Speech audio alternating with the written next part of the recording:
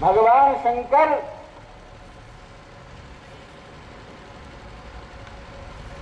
पीछे मोहिनी के भाग खड़े, बगल में पार्वती जी विराजमान हैं, लेकिन कुछ नहीं सूझा। भक्त खड़े हुए पीछे पीछे मोहिनी के। नारायण, पर मोहिनी तो पकड़ में आई नहीं। शरीर के सारे अगड़म बगड़म प्रक्रिया समाप्त हो गई। कहते हैं जहां जहां शंकर जी का अंश गिरा शुक्र, वहां वहां खदाने हो गई हैं।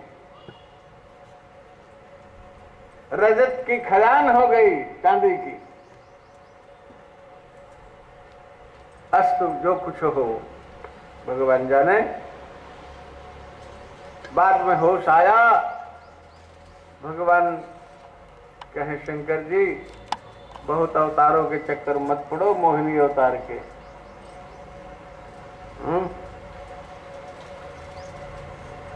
क्या बतावे, लोग तब भी मोहिनी के पीछे पड़े रहते हैं मरने के लिए।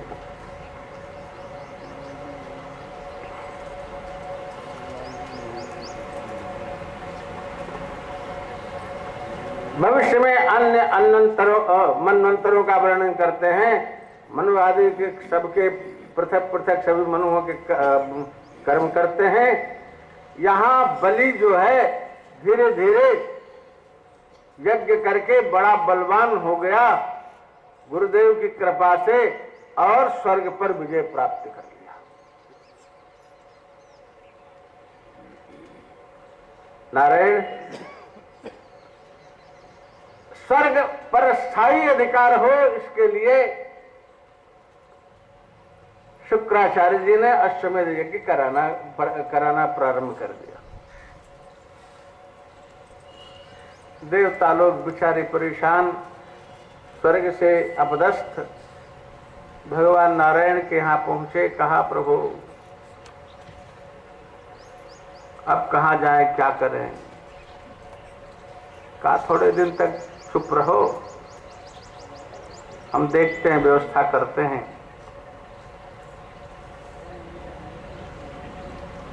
बलि ने शुक्राचार्य महाराज की कृपा से 99 अश्वमेध यज्ञ पूरा कर दिया। समा यज्ञ प्रारंभ हुआ। कहा तुम्हें शतक क्रतु बना देंगे हो। देखो हमारे संस्कृत में भी साइलेंस है, वर्ड्स हैं।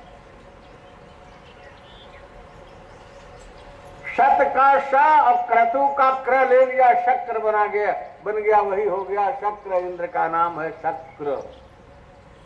शतक क्रतु, जो 100 अश्वमेध यज्ञ कर लिया हो वो शतक क्रतु है, उसका 60 में शक्र नाम हो गया।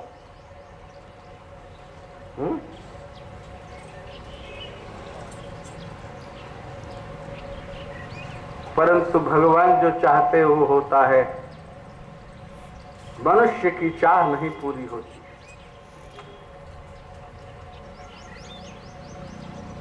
भगवान अदिति माता के प्रार्थना पर देवताओं की रक्षा के लिए वामन अवतार लेते हैं।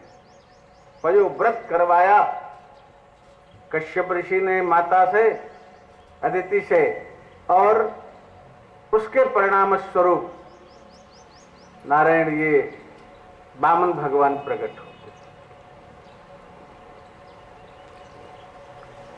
बड़े सुंदर हैं वामन भगवान हो।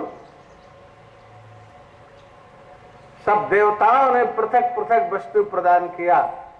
ब्रह्मा ने कमंडल दिया, इंद्र ने छत्र दिया, किसी ने लंगोटी दी, अन्नपूर्णा ने लंगोटी दी।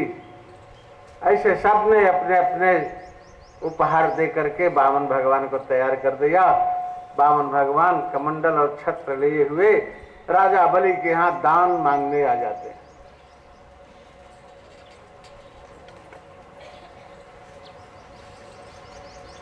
ये स्थान संभवतः नर्मदा किनारे कच्छ में पड़ता है, भड़ोच के आसपास।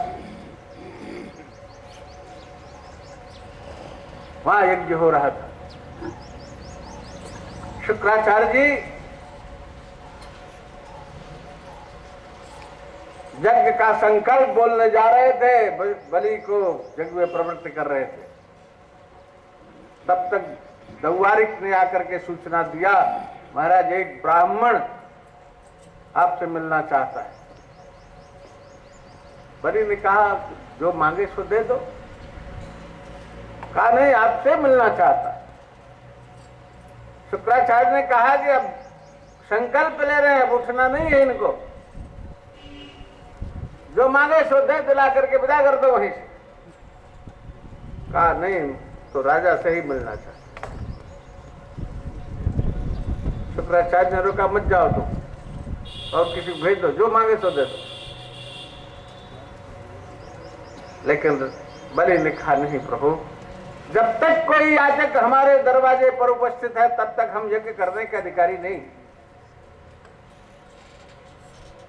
सामान्य समय में भी देख लिया जाना चाहिए, जब तक हमारे ऊपर किसी का देना लेना बकाया है,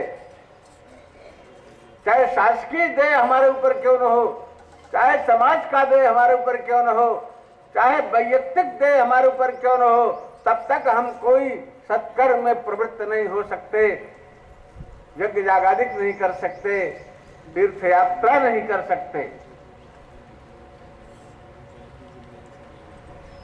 इसलिए ब्राह्मण बालक बाहर खड़ा है तो मुझे मिलना चाहिए। उठ करके बलि चले आए, ब्राह्मण बालक को प्रणाम किया, बड़ा तेजस्वी सुंदर बालक।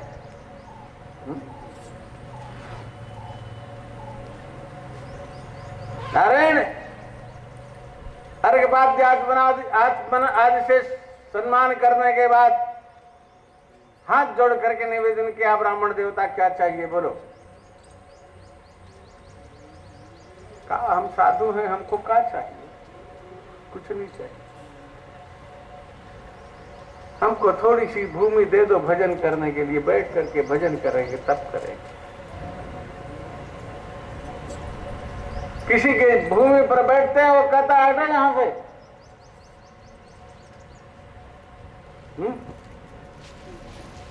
चाहे उत्तराखंड की भूमि हो, चाहे उत्तर प्रदेश की भूमि हो, अब वन में भी रहना कठिन है।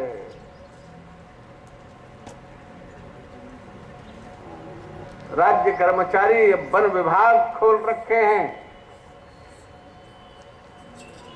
पता नहीं जासूस हो तो कोई बैठा हो साधु के रूप में। अब साधु का विश्वास उठ गया समाज से। कभी कुछ ऐसे अब कार्य बढ़ भी जाते हैं किसी न किसी के द्वारा, जिसका परिणाम हुआ है साधु पर से भी विश्वास उठता चला जा रहा है। बहुत कुछ नेतागिरी के कारण साधुओं पर से विश्वास उठ रहा है।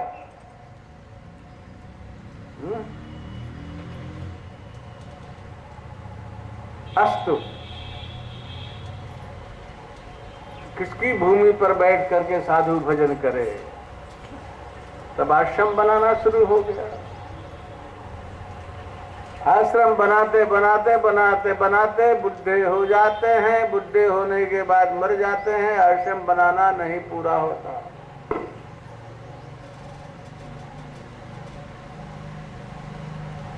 इसलिए आश्रम फाश्रम मत बनाओ। आश्रमों पर बहुत दृष्टि राजनैतिकों की है, इसलिए थोड़ी कुटिया में काम चला लो। तो बामन भगवान ने कहा हम आश्रम नहीं बनाएंगे, हमको तो केवल भजन करने की भूमि चाहिए, कि कोई हमें हटावे नहीं, हम अपना आराम से रह के भजन करें। अरे ले लो महाराज, गांव दो गांव चार गांव, जिससे जीवन कट जाएगा, कहाँ चक्कर में पड़े हो। कहा नहीं कुछ नहीं, मुझे और नहीं चाहिए। क्या करेंगे, जमींदारी लेके बैठेंगे, हम चलेंगे खेत फोड़ेंगे, नहीं चाहिए। अच्छा महाराज जो आपकी इच्छा हो मांग लो। कहा हमें 3 पग पृथ्वी दे दो। बलि हंसे, अरे ब्राह्मण देवता आपको मांगना भी नहीं आता।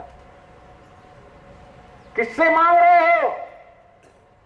त्रिलोकाधिपति बलि से मांग रहे हो। आज इतना मांग रहे हो तो फिर कभी मांगना ना पड़े।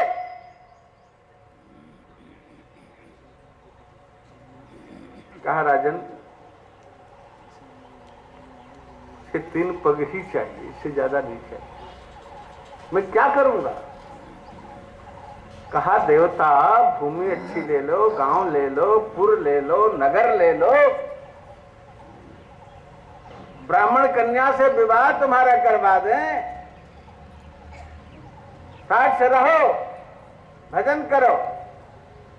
कहा हम कर चुके सब, हमें तो 3 पग भूमि दे दो बस, और कुछ नहीं चाहिए। प्रतिज्ञाबद्ध हो, दो। संकल्प करते। तब तक गुरुजी दौड़े आए, अरे तू क्या कर रहा है? 3 पग भूमि दे रहा, डाल। हाँ प्रभु दे तो रहा हूं। कहा तू जानता नहीं है ये कौन है?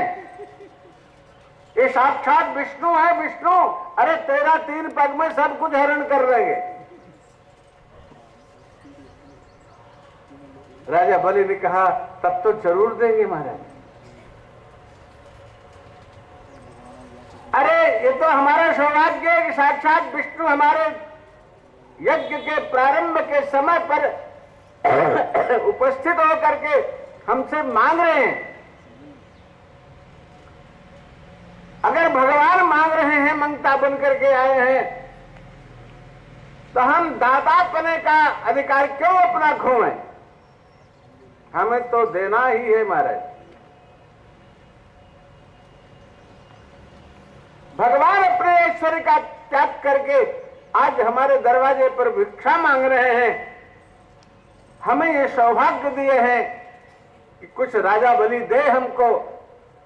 वो तो वैसे भी हमसे सब कुछ ले लेने के अधिकारी हैं।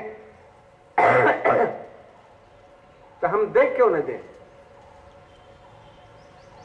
कहा तू बड़ा ज्ञानी बना हुआ है, जा भ्रष्ट लक्ष्मी हो जा तू। अरे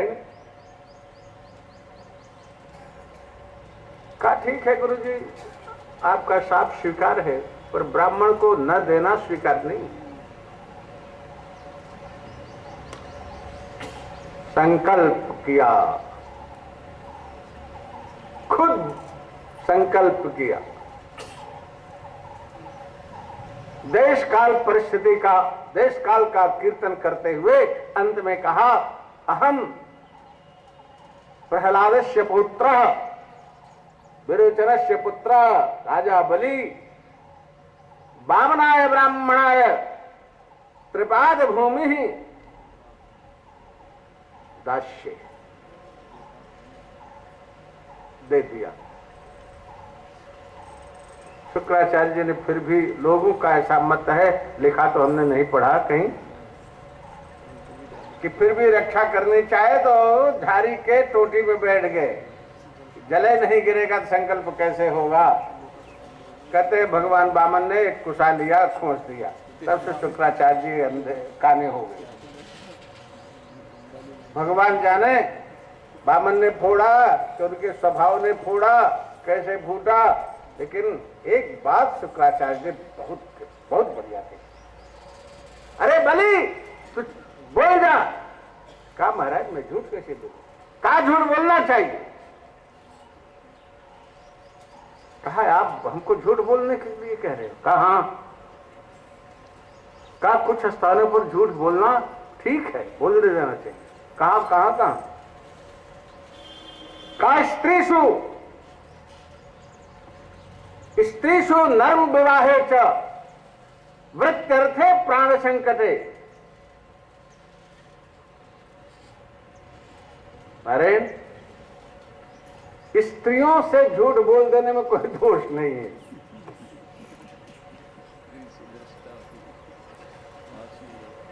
देखो वो स्त्रियों का दोष नहीं है, वो मातृ शक्ति के हृदय की सहृदयता का परिचय थे।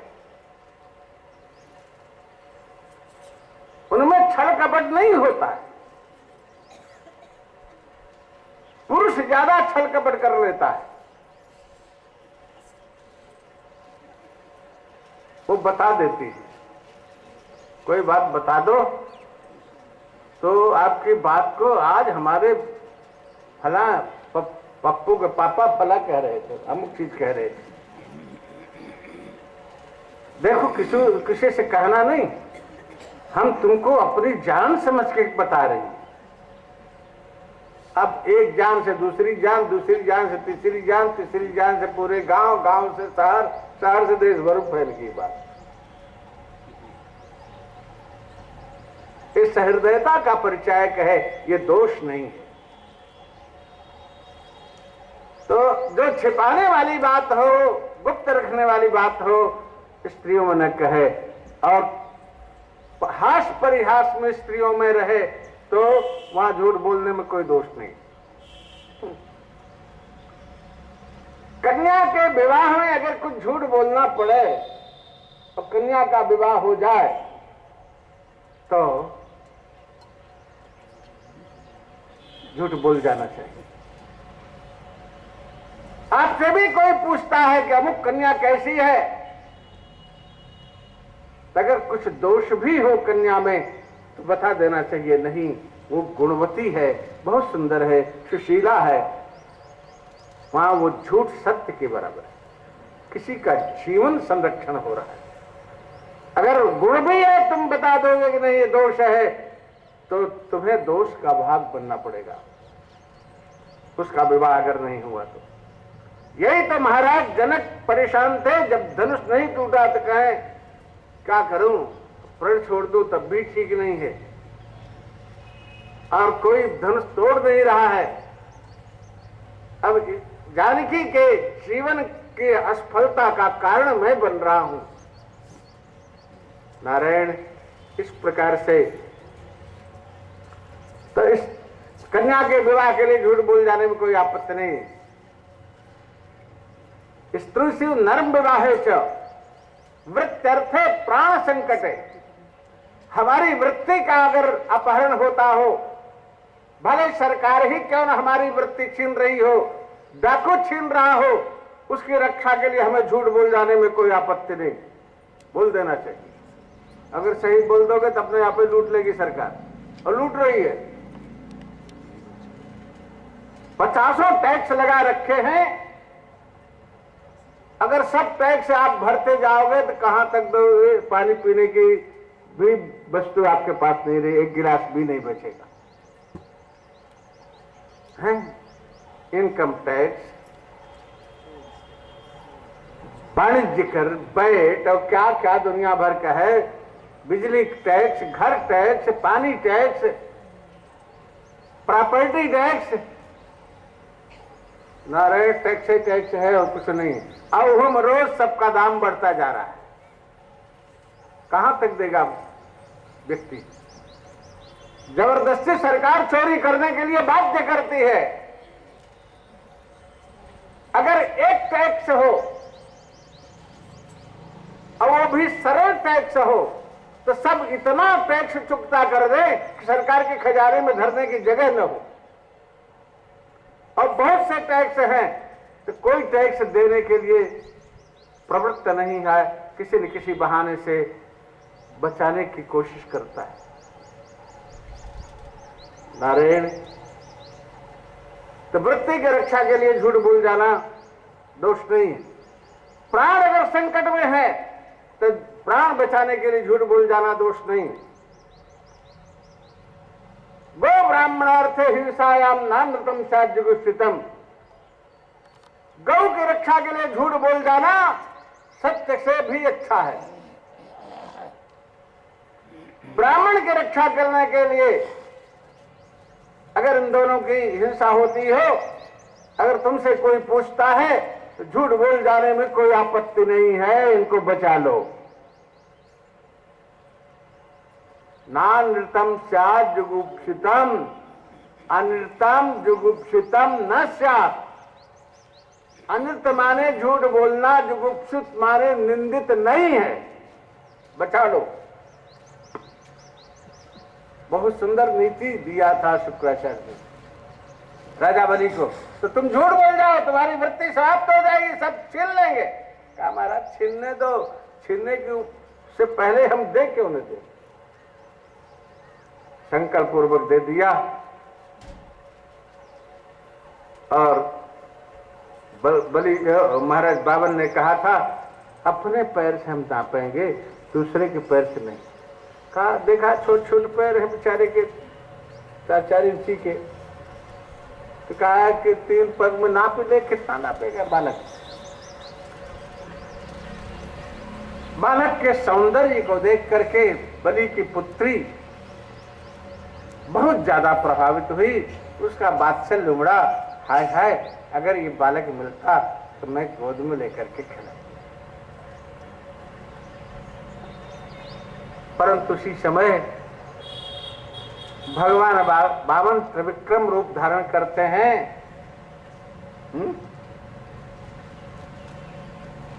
एक पैर से ऊपर के सभी लोग नप गए।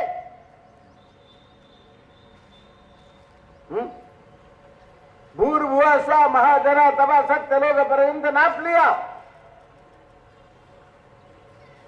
सत्यलोक में भगवान का चरण पहुंचा। ब्रह्मा जी ने देखा भगवान का चरण आया है, खट उन्होंने कमंडल उठाया और चरणों तक ले लिया। त्रिपादोर्धमुदयित पुरुषः पादो शेहा भूत पुनः, चरणों तक ले लिया। हे हो औंठवा इतनी जल्दी पहुंच गया और ठोकर मार दिया कि ब्रह्मांड जो है उसमें छिद्र हो गया है। इस ब्रह्मांड में छिद्र हो गया है। चाहे ओजन परत हो, क्या कहते हैं, ओजन ही परत है ना, आज कहते हैं कि ओजोन परत में छिद्र हो गया है। तो ये ब्रह्मांड में छिद्र हो गया है, जानते ही नहीं आज के वैज्ञानिक।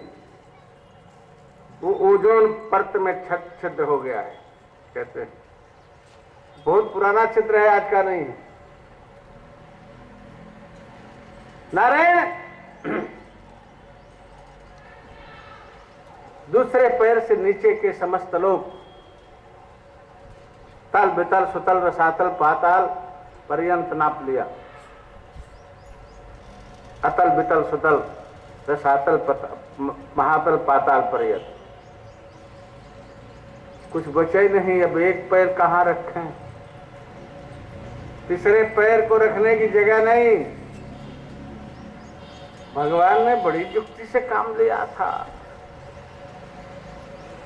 कि 2 ही पग में तो हम सब नाप लेंगे, तीसरा पग कहां बतावेगा धरने के लिए बलि। कहा बलि बता तीसरा पग कहां धरे, तू झूठ बोल रहा है, तू झूठ बोल गया, तीसरा पग कहां धरे बता।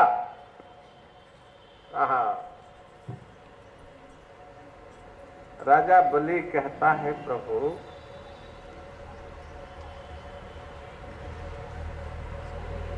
दाता बड़ा कि संपत्ति बड़ी। कहो देने वाला बड़ा है कि दे वस्तु बड़ी है।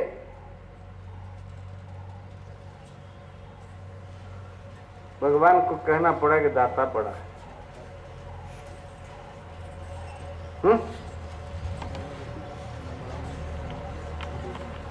बलि ने कहा अभी तो आपने हमारे राज्य को लिया है, संपत्ति को लिया है।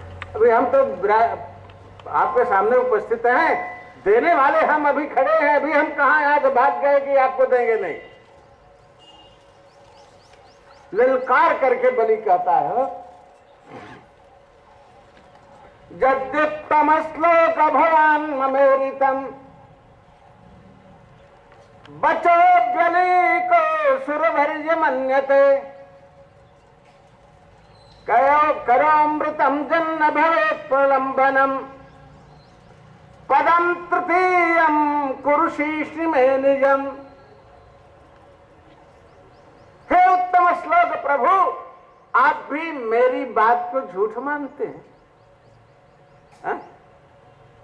मैंने झूठ बोला, 3 पग का दान किया, 2 ही पग में सब खत्म हो गया। मैंने झूठ बोला, आप कहते हैं और आप भी कहते हैं कि मैं झूठ बोल रहा हूं। तो मैं उसको सत्य करके दिखा रहा हूं। करो मृतम जन्म भवेत प्रलंबनम, जिससे मेरी बदनामी ना हो, मैं उसको सत्य करके रहूंगा। क्या दोगे कि तुम्हारे पास कुछ है ही नहीं। तो कहता है पदम तृतीयम कुर्सी श्रीमेजम, आप अपना तीसरा चरण अस्माकम शिरसि कुरु। विधिलिंग में नहीं बोलता, अज्ञालोक में बोलता है। अपना तीसरा पग मेरे सिर पर करो, आप मेरे सिर पर करो। विधान नहीं करता, आदेश देता है कि दाता मैं जिंदा हूं, मेरे सिर पर अपना तीसरा पैर रखो। आज तक किसी भक्त ने ऐसा ललकार करके भगवान को नहीं कहा कि मुझसे प्रणाम करवा लो, मुझसे प्रणाम करवा लो, ये नहीं कहा किसी ने। इसने भी नहीं कहा मुझसे प्रणाम करवा लो। इसने कहा अपना तीसरा पैर हमारे सिर पर रख दो। चले थे बलि को बांधने के लिए, बलि को छलने के लिए, और आज बलि दाता है और सर्वाधिष्ठान सर्वशक्तिमान भगवान भिखमंगा है। बलि कहता है मैं राजा हूं, मैं दैत्यराज हूं, मैं देवराज के सिंहासन पर बैठ चुका हूं, आप तीसरा पग मेरे सिर पर रखो। बैठ गया बलि, भगवान ने तीसरा पैर रख दिया। कहा तुम्हें अपने धाम देने का बहुत बड़ा अभिमान है। गरुड़ पास में बांध दिया, बांध के पटक दिया।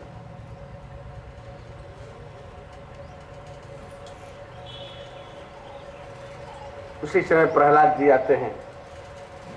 प्रहलाद जी ने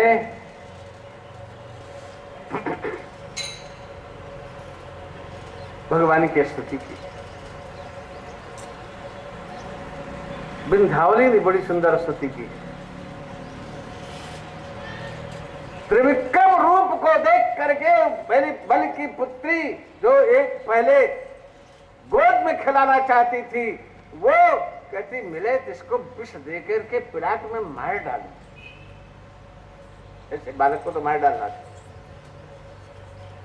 भगवान ने कहा तेरी दोनों इच्छा पूर्ण करें, घबराए मत। आगे 10वें स्कंद में उसको दोनों इच्छा पूर्ण करेंगे। प्रहलाद ने भगवान को दोषी नहीं माना। क्यों बांध दिया, क्यों छल लिया? वो तो परम भागवत है। विंध्यावली ने भी नहीं दोषी माना, उसने भी भगवान की बड़ी अच्छी स्तुति की है। नारायण भगवान वामन ने बलि की प्रतिष्ठा भी की, प्रशंसा भी की। बलि भी ये स्तुति करता है। भगवान कहते हैं देखो तुमको तो इंद्रासन ही चाहिए ना, लेकिन अभी समय बाकी है। अगले मनवंतर में तुम इंद्र बनोगे। हे इंद्र बनोगे तुम। नारायण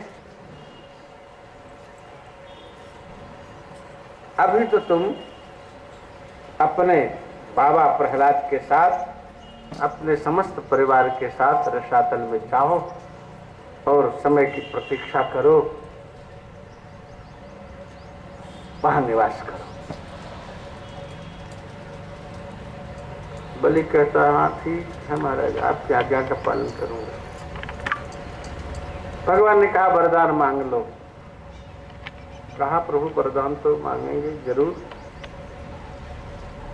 अच्छा प्रभु एक वरदान दे दो,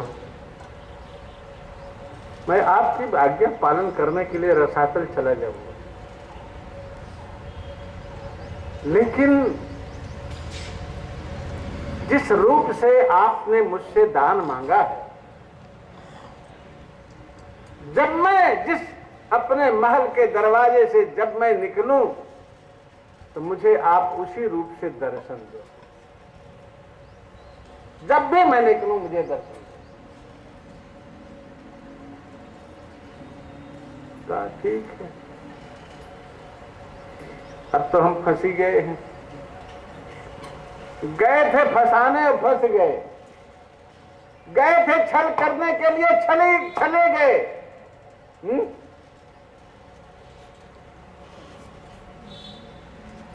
जो उसका सब कुछ छीन लिया, इसने भी इनका सब कुछ छीन लिया।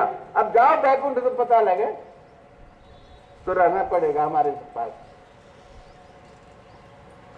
बेचारे दरवाजे दरवाजे दरवाजे दरवाजे दौड़ते रहते हैं, कहीं इधर नहीं आ जाए, कहीं इधर नहीं आ जाए, कहीं इधर नहीं आ जाए। हैं? सुना है कि नारद जी ने जाके लक्ष्मी जी से कहा, लक्ष्मी जी ने पूछा कहाँ है, कुछ लता पता है? कहा वो तो वहां पहरेदारी कर रहे हैं, जाओ। राजा बलि के यहाँ चौकीदारी कर रहे हैं, पहरेदारी। कहा कब आएंगे? कहा वहां से आने वाले नहीं, वहां से उसको छुट्टी नहीं मिलेगी, कहां से आएंगे? कहा तो बताओ अब हम कैसे क्या करें? कहा जाओ बलि से मांग के ले आओ। आती है लक्ष्मी जी, आती हैं। सुना है कि बलि से माने पहले तो भाई बनाती हैं तो रक्षाबंधन पर रक्षा बांधती हैं, और रक्षा बांधने के बाद उपहार स्वरूप भगवान को मांग लेती हैं। भगवान ने कहा मैं प्रतिज्ञाबद्ध हूं, नहीं जा सकता। बलि ने कहा महाराज आपको हमारे दरवाजे पर रहना है, और हमने दे दिया आपको अपनी बहन के लिए, तो आप जैसा चाहो वैसा करो। भगवान एक रूप से दस लक्ष्मी जी के साथ आ गए, और एक रूप से हम कहते हैं तो पहरेदार बने, बंधे पड़े हैं। जाइए। हाँ जी,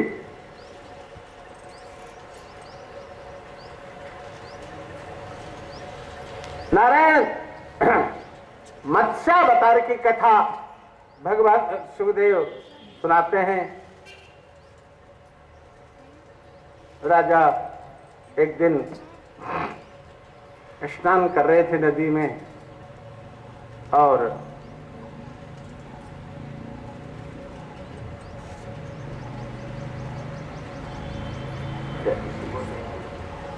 हाँ जी कोई बात नहीं, पांडे जी से व्यवस्था हम बनवा लेंगे।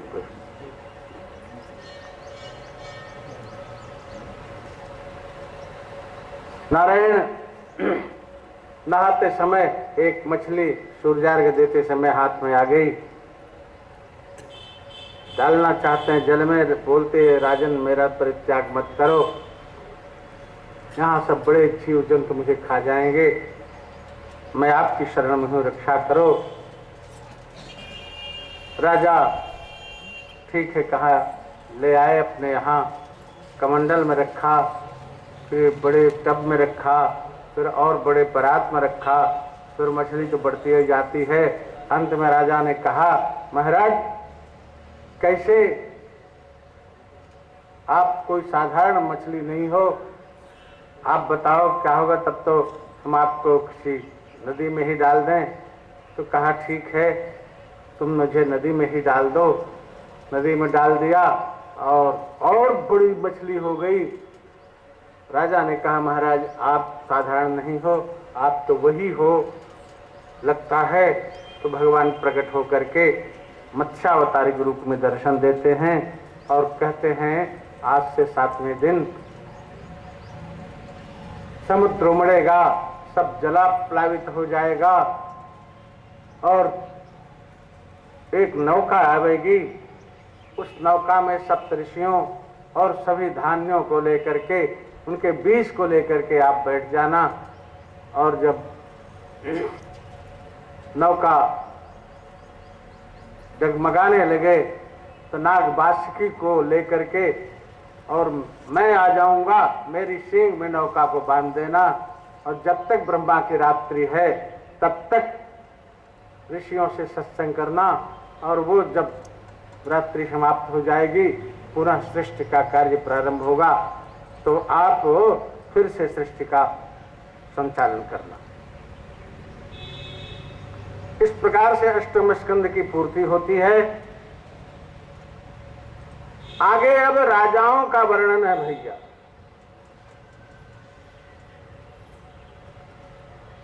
सूर्य वंश का वर्णन करते हैं। वैवस्वत मनु के पुत्र, उनका चरित्र वर्णन करते हैं। प्रसिद्ध का चरित्र वर्णन करते हैं।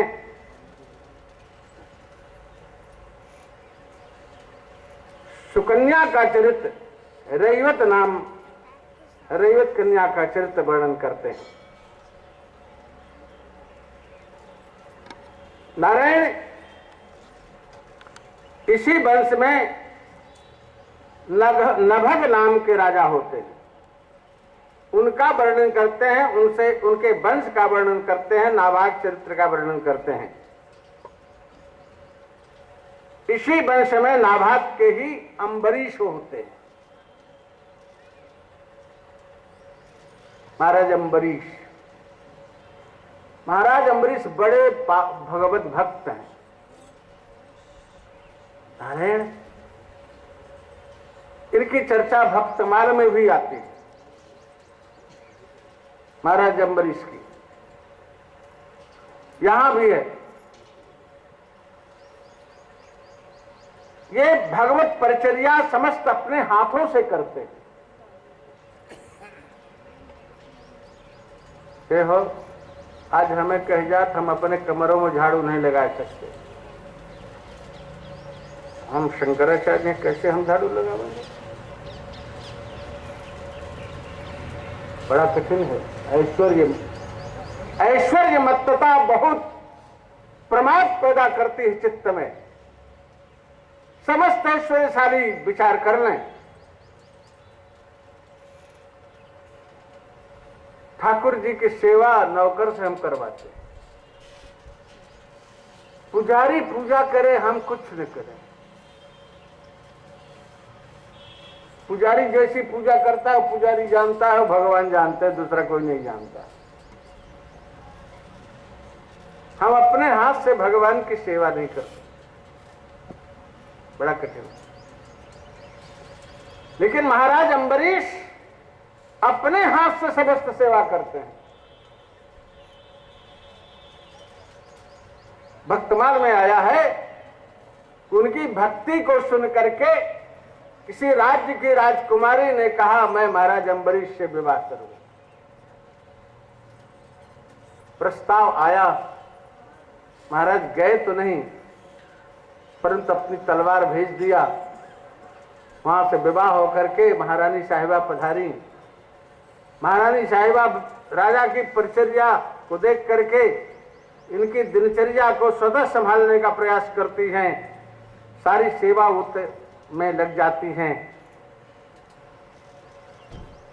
रात्रि को ही पार्षद मार के धर दिया, सवेरा होते फूल तोड़ करके धर दिया, केवल राजा पूजा करें। सब कार्य देखा तो राजा ने कहा कौन कर जाता है, तो छुप करके देखा तो रानी साहिबा करती हैं। तो कहा तुम ऐसा क्यों करते हो? रानी साहिबा ने कहा कि आप भगवान की भक्ति करते हैं, मैं भी आपके साथ भगवान की भक्ति करती हूँ। कहा नहीं, हमारी सेवा को आप मत छुड़वाओ, तुम्हें भगवान की परिचर्या करनी है तो हम तुम्हारे महल में भगवान का मंदिर बनवा देते हैं, तुम करो। उन रानी साहिबा के भी भवन में एक किनारे मंदिर बनवा दिया और कहा तुम अपनी परिचर्या करो, भगवान की हम अपनी परिचर्या करो। अब भगवान की समस्त सेवा अपने हाथों से करते हैं। सवै मन कृष्ण पदार विंदयो बचांस बैकुंठ गुणानुवर्णने करौ हरेर मंदिर मार्जनादिषु श्रुतिं चकाराच्युत सत्कथोदये मुकुंद लिंगालय दर्शने दृशौ तदवृत्त गात्र स्पर्शेंग संगमम।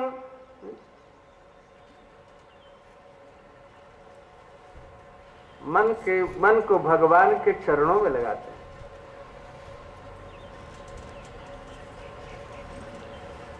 अपनी वाणी को भगवान का गुणानुवाद गान करने में लगाते हैं।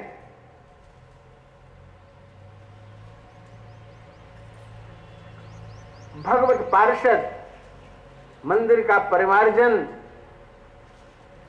सब स्वच्छता का कार्य अपने हाथ से करते हैं। करौ हरेर मंदिर मार्जनादिषु, मंदिर की सफाई आदि में हाथ का प्रयोग करते हैं। झाड़ू लगाते हैं, पोछा लगाते हैं, बर्तन साफ करते हैं।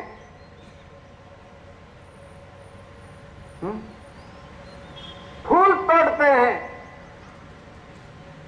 ले आते हैं सब। अब कान को भगवान की कथा सुनने में लगाते हैं। श्रुतिम चकाराच्युत सत्कथोदये, कान को भगवान की सेवा में लगाते हैं। आंख को भगवान के श्री विग्रह का दर्शन करने में लगाते हैं। पैर को भगवान की परिक्रमा करने में लगाते हैं। हम सब क्या करते हैं?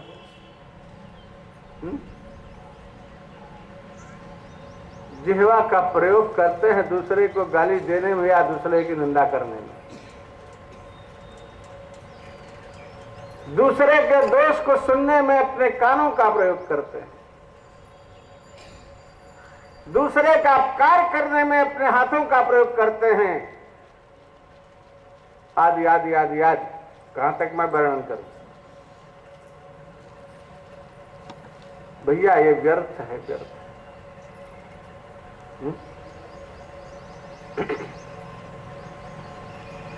जिन कानों ने भगवान का गुणानुवाद नहीं सुना वो कान तो व्यर्थ है। कैसे है? सर्प की रहने की बिल है, बिल। मैं नहीं कहता हूं, भगवान व्यास जी लिखे। बिलेवत और क्रम विक्रमांज न शृण्वते कर्णपुटे नरस्य जिह्वासते दार्दुर्केव सूत न चोपगावन्तिर्गाय गाथा। कान जो है सर्प के रहने की बिल है। अगर भगवत कथा नहीं सुनी गई तो सुनेंगे तो सही, गाली गलौज सुनेंगे, दूसरे की निंदा सुनेंगे।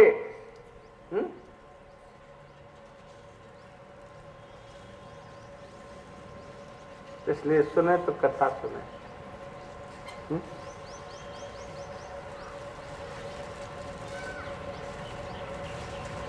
जीव से भगवान नाम का उच्चारण करें, किसी की निंदा न करें। अगर भगवान के गुणानुवाद को नहीं गाती है जीव, भगवान के नाम का गान नहीं करती जीव, तो ये कैसी जिह्वा है? मेढक की जिह्वा के बराबर है। टर्र टर्र बोलते हैं, भगवान का नाम नहीं लेते। प्रमाण में आप सबके घर में उदाहरण है, हमसे नहीं नाराज भी नहीं होना। बुढ़े लोग जब बोलते हैं, सब काम समझाते हैं, तो बच्चे कहते हैं का टर्र बोलते रहते हो, चुप नहीं बैठा रह जाता था। डांट भी खाते हैं, कितना सिखावे तो टर्र टर्र की आवाज मानी जाती।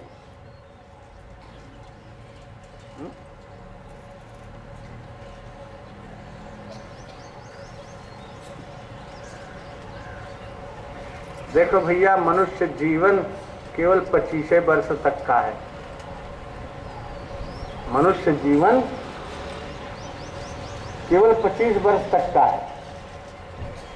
बचपन में खूब आनंद किया, युवावस्था नवजुवावस्था में आए खूब आनंद किया, उसके बाद बैल का जीवन, जीवन का द्वितीय भाग बैल का जीवन है। खूब कमाते, जीवन का तृतीय भाग गधे का जीवन है। सारा भार अपने सिर पर ले लेते हैं, अपना भी, बेटे का भी, भाई का भी, पड़ोसी का भी, रिश्तेदार नातेदार का भी, सबके कार्य को संभालने का दायित्व केवल मेरा है। सब पर बोझा लाद के चलते, गधे का जीवन है। जीवन का चतुर्थ भाग कुत्ते का जीवन है। दरवाजे पर बैठ करके केवल चौकीदारी कर सकते हैं, करते हैं और कुछ नहीं। एक बाबा थे, मैंने देखा है खुद, 4 मंजिल की बनाई हुई कोठी दिल्ली में उनकी है। देखो मॉडल टाउन है ना, मॉडल टाउन, उनकी कोठी में मैं ठहरा हूं। उनके बेटे बहू सब महाराज जी के शिष्य थे। मैंने उनको देखा है, बिल्डिंग में, मकान में, पूरे में उनको कोई जगह नहीं। सबसे नीचे गैरेज नुमा एक कमरा बाहर था, उसमें एक टेलीफोन लगा था। बाबा वहीं बैठे रहते थे, टेलीफोन अटेंड करके घर वालों को बतावें कि अमुक का टेलीफोन आया है, और बाहर वालों को बतावें कि अमुक अमुक जगह पर है। वही बेचारे को रोटी भेज दी जाती थी, नौकर दे आता था। अब अगर नौकर नहीं तो रोटियां नहीं मिलती थी। और ये भी मैंने सुना, उसी कमरे में शांत हो गए, 2-3 दिन तक किसी को पता ही नहीं चला, वही पड़े रहे। कुत्ते की जीवनी है वो भैया। दरवाजे पर बैठ करके चौकीदारी करो और कुछ नहीं। अगर इन सबसे बचना चाहते हो तो अपने समस्त इंद्रियों के द्वारा भगवान की सेवा करो, नहीं तो सब व्यर्थ है।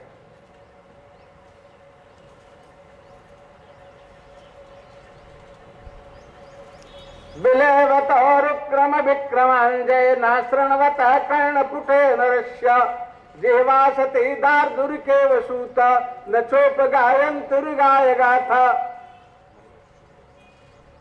भगवान की गाथा का गान नहीं करो, जेवा मेढक की जेवा। अरे बरहाइते ते नयने नराणाम लिंगानि विष्णु न निरीक्षित हो जे पादौ नृणाम तौ द्रुम जन्म भाजौ क्षेत्राणि नानुव्रजते हरेर्जो।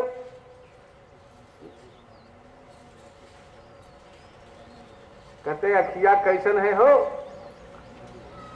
आंख जो है अगर भगवान का दर्शन नहीं करती है तो कैसी आंख है, जैसे मोर के पंख में, मयूर पक्षी के पंख में आंख बड़ी होती है। बड़ी अच्छी होती है, खराब होती है, क्या बाबा मुरलीधर? खराब होती है ना यार, मोर के पंख में बनी हुई दिखात नहीं है। अच्छा, उसी दिखात नहीं ना भाई, वह आंख से स्वामी जी महाराज कह रहे हैं उस आंख से दिखता नहीं, उस आंख से दिखता नहीं, वो केवल दर्शन करने के लिए वो आंख है।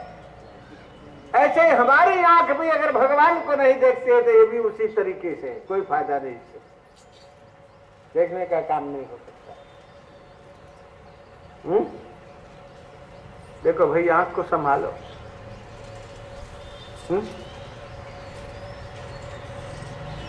एक व्यास जी हमारे हैं, महाराज जी के हमारे शिष्य भी हैं, कहते अखिया तो ही का पटक दो